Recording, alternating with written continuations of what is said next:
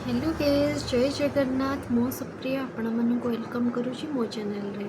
आपण मैंने जदि मो चैनल को सब्सक्राइब करना ताले जल्दी जल्दी सब्सक्राइब कर दिंतु। लाइक कमेंट और शेयर करने को जमारू भी भूलिए ना। आज वीडियो रे मु आपण मानक सह शेयर करने को जाऊँगी मो बापघर और शाशुघर फैमिली मेंबर मान विषय रे। किए किए आम घर सब अच्छा मो शाशुघर और किए मो बापघर सब अच्छा ये विषय आपण मानक सब डिटेल्स रे वीडियो रे शेयर करी। ता सहित आज गोटे बढ़िया पानीपुरी रेसिपी शेयर करने को जाऊँगी आपण मानक सहित केपरी से बनाती गार्लिक पानीपुरी। वीडियोटा फुल देखिए, जमारू भी स्किप करेंगे।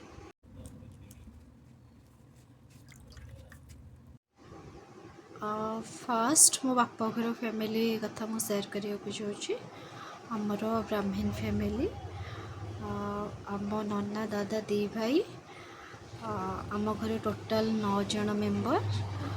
मो भौणी, मो नन्ना और मो बो, आम दादा दिठे दीटा भौणी और जड़े भाईना।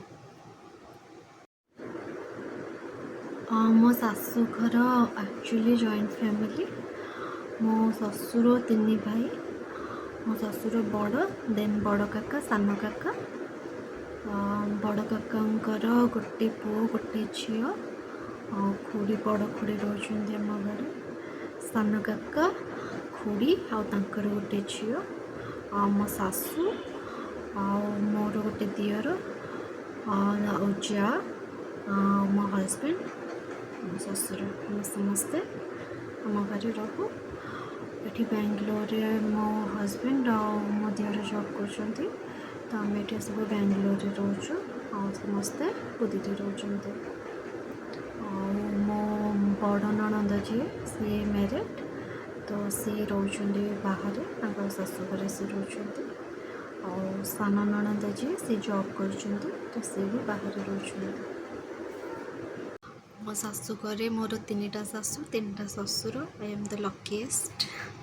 समस्त जड़े जड़े था, मोर किंतु 3टा शाशु 3टा ससुर। तापर मैं बहुत प्राउड फील करे। से मैंने मत पूरा झील टाइप देखती, केबे भी मत बहु टाइप फील करने को देना। मत लगे मुझे जमती निज झील। अच्छा, आपण मन गोटे क्वेश्चन पचारे, सत सत कहे आपण मन गुपचुप भल लगे ना ना? क्या भल लगे कमेंट बॉक्स रे कमेंट करंतु। आज मुझे गुपचुप्र बढ़िया खट्टा पानी रेसिपी विषय में शेयर करने को जाऊँगी। भलसे वीडियोटा को देखूँ, जमारू भी स्किप करेंगे।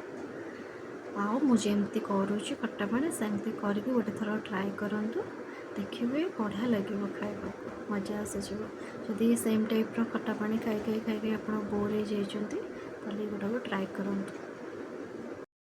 आसतु गार्लिक पानीपुरी पानीर रेसिपी बनवा स्टार्ट करवा। ग्राइंडिंग छोट जार किछटा अदा नहीं जावा, किछि रसुण कोला नहीं जावा, 2टा लंका को काटिकी छोट छोट पीस करके नहीं जावा। देन फाड़े लेंबू रस चुपुड़ी ता भितर देदेबा। लेंबू रस दबा द्वारा फ्लेवर बहुत ही बढ़िया आसी थाए, तो भलसे लेंबूटा को चुपुड़ी ता रसटा काढ़ीदबा। आपण मैंने जानते ना नहीं, लेंबू अति चिपुड़े पिता, तो लेंबू को जी रस अच्छे से काढ़ा, अति आदम चुपुड़ा नहीं, अदरवाइज खट्टा पानीटा पिता लगे।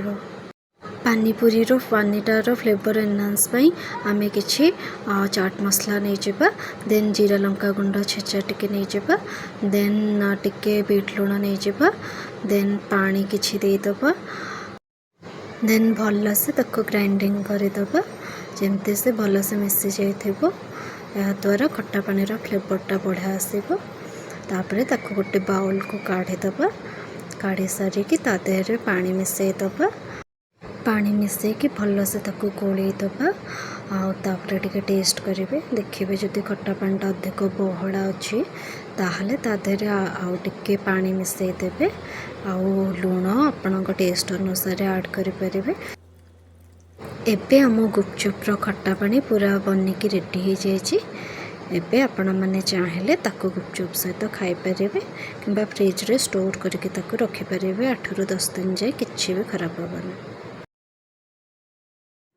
आज ये पुणी आपण मान देखा नेक्स्ट वीडियो रे। Till then bye bye.